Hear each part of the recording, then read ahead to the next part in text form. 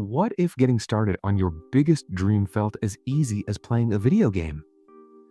We're not talking about the finish line, but loving every single day you spend creating. If you can fall in love with the journey, the hours melt away. It's time to make your process irresistible. What would your life actually look like if you loved the process of working on your craft, your project, or your art? Imagine it was something you genuinely looked forward to, not something you avoided or procrastinated on, but something you were eager to jump into every single day. What if you did this not because you felt obligated, but simply because you wanted to? What if it was as easy and as fun as playing a video game? Maybe even addicting. Think about what would become possible. Imagine the sheer volume and quality of work you could achieve if getting started was the easiest part. Now, let me show you something. What do you see when you look at an artist immersed in their creation? Maybe you're thinking, well, yeah, if I had a huge decked out studio with top tier equipment and a fancy mic, then I'd look forward to working every day. But strip all those things away. At its core, what we're really looking at is an artist engaging with their craft. And that very essence of engagement is possible for you right now, wherever you are. The levels of success most of us dream of achieving will take a lot of work, a lot of hours. And we honestly can't afford things like procrastination, avoidance, or letting fear win. It's going to take thousands of hours, and I truly believe the trick to putting in that time is by absolutely loving the process. Because if we love it, those hours feel less like work and more like minutes. So, how do we get there? We need to romanticize the process. Romanticizing the process isn't just a fun idea. It's necessary because you simply have to have fun. Your creative spirit thrives in the zone of enjoyment. Having fun is the key to unlocking your true potential. This is that flow state, where you're completely lost in what you're doing and you're getting out of your own way, allowing your deepest creative voice to take over. When you surrender to that, you open the door for incredible art to be made. Having fun is like a little indicator light telling you that your creative spirit is engaged and happy, and that's exactly what we're trying to achieve. It's about finding your inner genius through finding joy in the action. And this brings us to the first major step in creating that dreamer's magnet. Love what you make and make what you love. You will have fun through loving what you make, but you won't love what you make unless you're creating things from your authentic heart. You cannot let the expectations of others or rules you read in a book bog you down.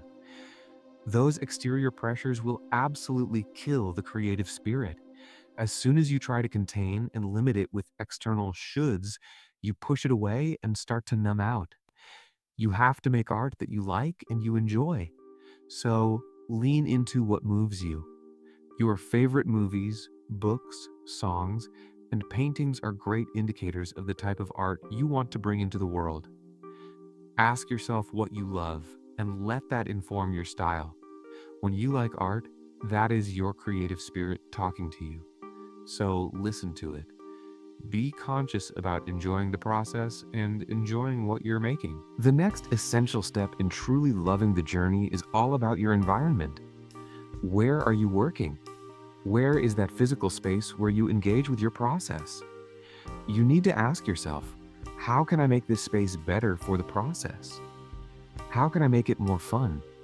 How can I make this environment a place that actively promotes your creativity? You have to deliberately craft your dream space for your creative process. Let the principles we just talked about, having fun, finding enjoyment, and listening to your creative spirit, guide the way you put this space together. Your environment has huge, sometimes subconscious, impacts on your state, your emotional state, your physical state, your spiritual state. You need to be very aware of the place you're in during the process because it will affect you.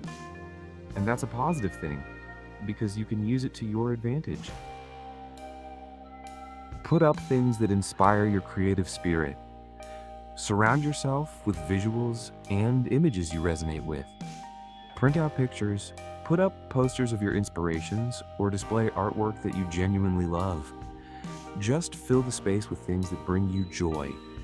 And I'll tell you one space that is already perfectly designed for the creative spirit: outside. I truly can't emphasize this enough, but work outside. Try to find every opportunity you can to do your work outdoors. As I said, the environment has huge effects on your mental and emotional state, and being out in nature is powerful. Being in a wide open space, or just surrounded by trees, bushes, and flowers, breathing in the fresh air. These things are going to profoundly impact your state. If you can find that serenity, it allows your creative spirit to feel safe enough to come out and start working. For me, I have to do a lot of work on my laptop, especially when producing or editing. But if I need to conceptualize, brainstorm a script, or write a song, I just take a notebook or my guitar outside. That way, I can take full advantage of the outside world and the tremendous positive impact it has on my state when I'm in the creative flow. Now that we know that your creative environment and routine are everything, are you wondering how to make these positive habits stick? How do you go from inspired ideas to effortless daily action? It takes more than just listening. It takes a plan. If you want a clear step-by-step roadmap to make creativity a daily habit, check out my new ebook, 30 Days to a Better You. It gives you the simple, daily actions you need to eliminate hesitation, build the perfect routine, and make your craft something you're genuinely excited to return to every single day. Find the link in the description below. Let's talk about routine. If you can prove to yourself that your passion is much more than just a hobby, that it's a way of being, a way of living, your creative spirit is going to notice that, and it's going to show up more often. This is essentially about training your creative muscle. It's like exercising, it's all about frequency. If you lack frequency, it won't grow. Now, it's not your infinite creative spirit that grows. That's already within you. What grows is your relationship to your creative spirit. You have to show and prove that this isn't something you'll only do once a month, or just when you feel like it, only to shy away for long periods. No. This is serious. Creativity is much more than a hobby. It's a way of life. You need to commit to this frequency and routine if you want to see real results in your art. This can sound hard, but remember what we talked about. Enjoyment, fun, effortless, like video games. This commitment to routine should be a natural result of you loving what you're doing. By making your process, your environment, and the actual work enjoyable first, you make it easy for yourself to want to come back. Your environment and your routine should both be enjoyable. Think about it. What is the best time to work? What time of day allows you to be the most relaxed and engaged in your process? For some people, it's the quiet morning, when the whole day feels fresh and ahead of them. For others, it's the quiet of night. The most important rule is this: if an idea strikes, if inspiration hits, do not suppress it. Create if you feel called to. And that leads directly to our next major point: grow the inner artist. This is like any other relationship in your life. If you want it to grow, you have to feed it. If an idea comes to you, you have to trust it and run with it. The more you harness that relationship and act on those initial ideas, the stronger your creative spirit will be expressed into the world. As it gets stronger, it will actually start to take over you. It will draw you to the process, bring you to your workspace, and pull you toward the work itself. So, if an idea comes up, write it down or record it. It's coming to you for a reason, even if you don't know what it means yet. You have to grow that inner artist by exercising the muscles that act on the inspiration your creative spirit wants to give you. The real magic found in the creative process. The magic responsible for the genius art you have created and will create is not found in those physical things.